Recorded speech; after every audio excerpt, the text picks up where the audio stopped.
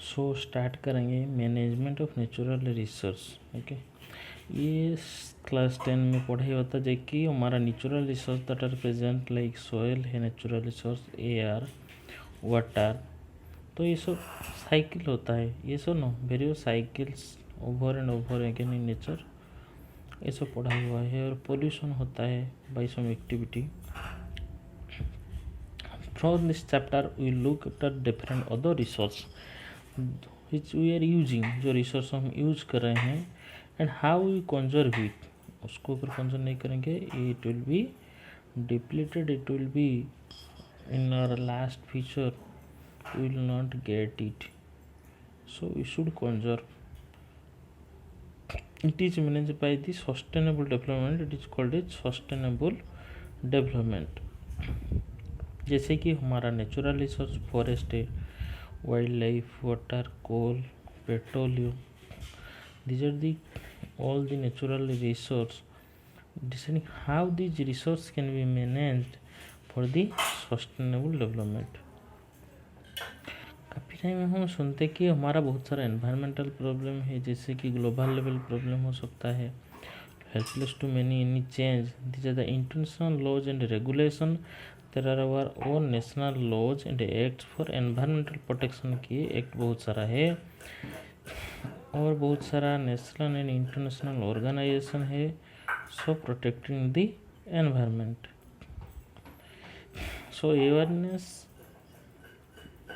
about the problems caused by unthinkingly exploring our research has fairly recent phenomenon in our society, and once this awareness rises, some action is usually taken.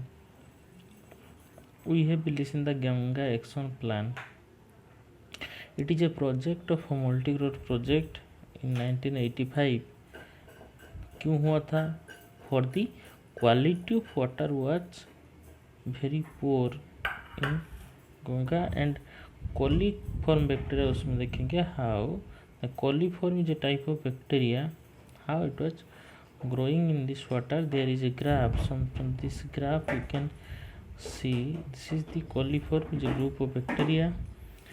Coliform कहाँ पर मिलते हैं? Human intestine में मिलते हैं।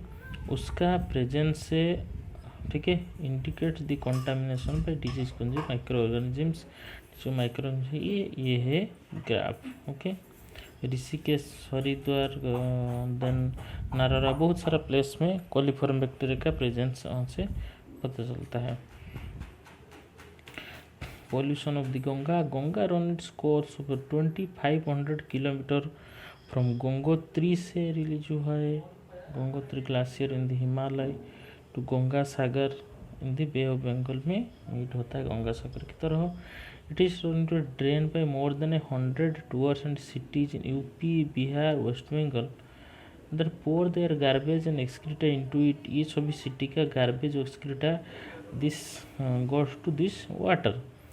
So this largely untreated sewage that is gone into the gas are very day। In addition to this, think of the pollution caused by other human activities, जैसे हो सकते हैं bathing, washing cloth, immersion of मासेशन, ये सभी में also pollute करता है। So there are some measurable factors हम to quantify the pollution of the quality of water that we use various activity. ये जो पोल्यूटेंट्स है harmful even when present in very small quantity and require sophisticated equipment to measure करने के लिए चाहिए। PH of water, जैसे कि हम चाहे यूनिवर्सल इंडिकेटर है, पीएच से हम जान सकते हैं कितना एसिडिटी है, कितना बेसिक है। But we need not feel powerless और overwhelmed by the scale of problem. जितना भी प्रॉब्लम्स आ रहा है, it does not affect the society, what action we should take. Okay, so there is a rule 3R, reduce, reuse, recycle. वो क्या है एक फॉर्मूला देखेंगे। रिड्यूस मतलब डिक्रीज करना, मतलब this means we use less. जितना भी हम यूज कर रहे हैं, जैसे कि इलेक्ट्रिसिटी हम यूज कर रहे हैं, जहाँ पर लाइट नहीं चाहिए, अननेसेसरी लाइट है फैन से, वहाँ को हम ऑफ कर सकते हैं, that is our reduce. Okay, you save water, water को सेव कर सकते हैं। कैसे सेव करते हैं? जैसे कि रिपेयरिंग करके लिक्विड टेप से, और फूड वेस्ट नहीं करेंगे तो it comes as an reduce है। Then comes to recycle. Recycle मतलब again and again recycle. Recycle जैसे कि प्लास्टिक हो सकता है, हम पेपर हो सकता है, ठीक है, वो क्या कहते हैं मेटल हो सकता है, वो रिसाइकिल होगा मटेरियल्स, ठीक है। उसमें से क्या होगा, रिसाइकिल हो गया, रिक्वायर्ड थिंग्स वहाँ से मिलेगा। इंस्टेड ऑफ सिंथेसाइजिंग और extracting fresh plastic, paper, metal, उसको हम रिसाइकिल करेंगे। रिसाइकिल करने के हमें फास्ट क्या करना है, टू सिग्रीगेट अवर वेस्ट। हमारे वेस्ट को सब अलग अलग करेंगे, प्लास्टिक अलग, पेपर अलग, ग्लास अलग, मेटल, ठीक है। Then after it will be recycled, okay, again for again use। then reuse मतलब this same thing will be again and again use। ये बार बार हम यूज करेंगे रिवर्सली, ये हमें पता है। नेक्स्ट देखते हैं क्या है। But making everyday choice we can make environment friendly decision. तो हम एनवायरमेंटल फ्रेंडली डिसीजन ले सकते हैं। We need to know more about how our choice effect environment. हमारा चॉइस इफेक्ट करता है एनवायरनमेंट को, एंड दीज इफेक्ट्स में भी इमीडिएट हो सकता है और लॉन्ग टर्म हो सकता है और लॉन्ग रेंजिंग हो सकता है। So concept of sustainable development जो आ रहा है, एनकरेज करे for growth and meet current basic human needs while preserving the resource for the needs of the future generation के लिए। इकोनॉमिक डेवलपमेंट ये लीड टू एनवायरनमेंट कंजर्वेशन के साथ लिंक है। जितना हम एनवायरनमेंट कंजर्व करेंगे उतना इकोनॉमिक डेवलपमेंट होगा। द सस्टेनेबल डेवलपमेंट इम्प्लाइज क्या करता है sustainable development, all aspects of life में चेंजेस होगा, depends on willingness of the people to change their perceptions, okay. So वहाँ से आता है। सो नेचुरल रिसोर्स को manage, why do you need, क्यों चाहिए नेचुरल रिसोर्स को मैनेज करना है। जैसे कि देखो रोड नहीं, नॉट जस्ट रोड और बिल्डिंग, जो भी सामान जो भी है हम यूज करते हैं या कंज्यूम करते हैं, फूड हो सकता है, क्लॉथ हो सकता है, बुक, टॉय, फर्नीचर, ये सभी from the resource of the earth वहाँ से मिलता है। सो जो आउटसाइड से मिलता है that is energy which receives from the sun. जो सन से मिलता है, जो सन एनर्जी, सनलाइट एनर्जी है, light energy, which is used by the plants for photosynthesis, which is coming outside the earth, and within this energy is processed by living organisms and various physical and chemical process on earth before we make use of it। so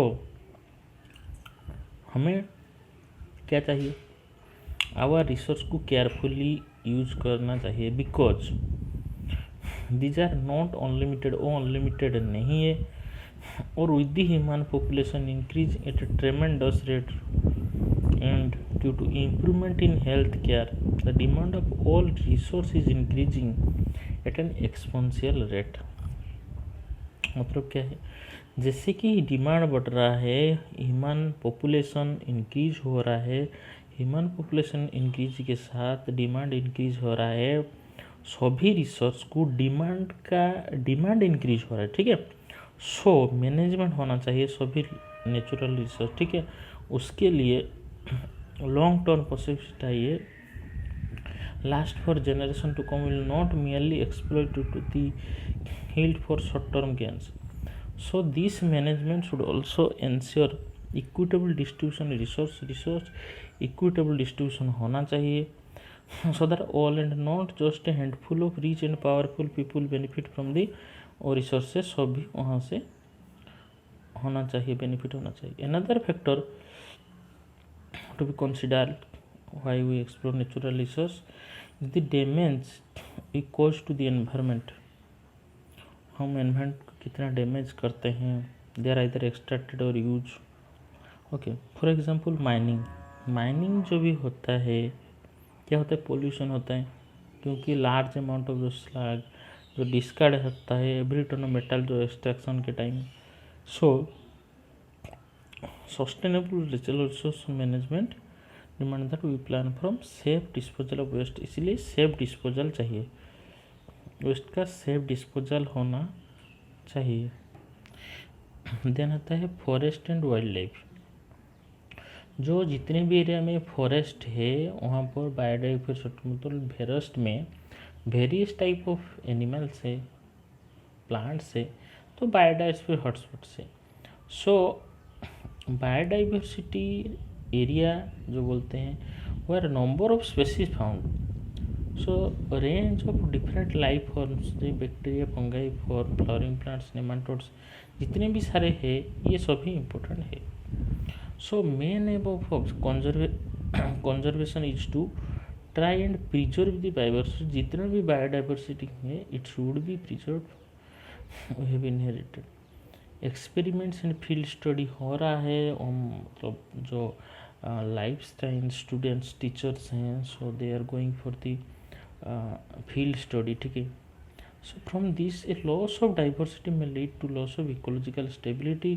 ecological stability के लिए हैं क्या होता है, loss of biodiversity होने से क्या होगा, इकोलॉजिकल स्टेबिलिटी नहीं रहेगा, मतलब स्टेबिलिटी लॉस हो जाएगा। डाइवर्सिटी नहीं है तो स्टेबिलिटी नहीं होगा। ओके, सो नेक्स्ट है फ्रॉम द स्टेक होल्डर्स, वहाँ से हम नेक्स्ट क्लास पढ़ाई करेंगे।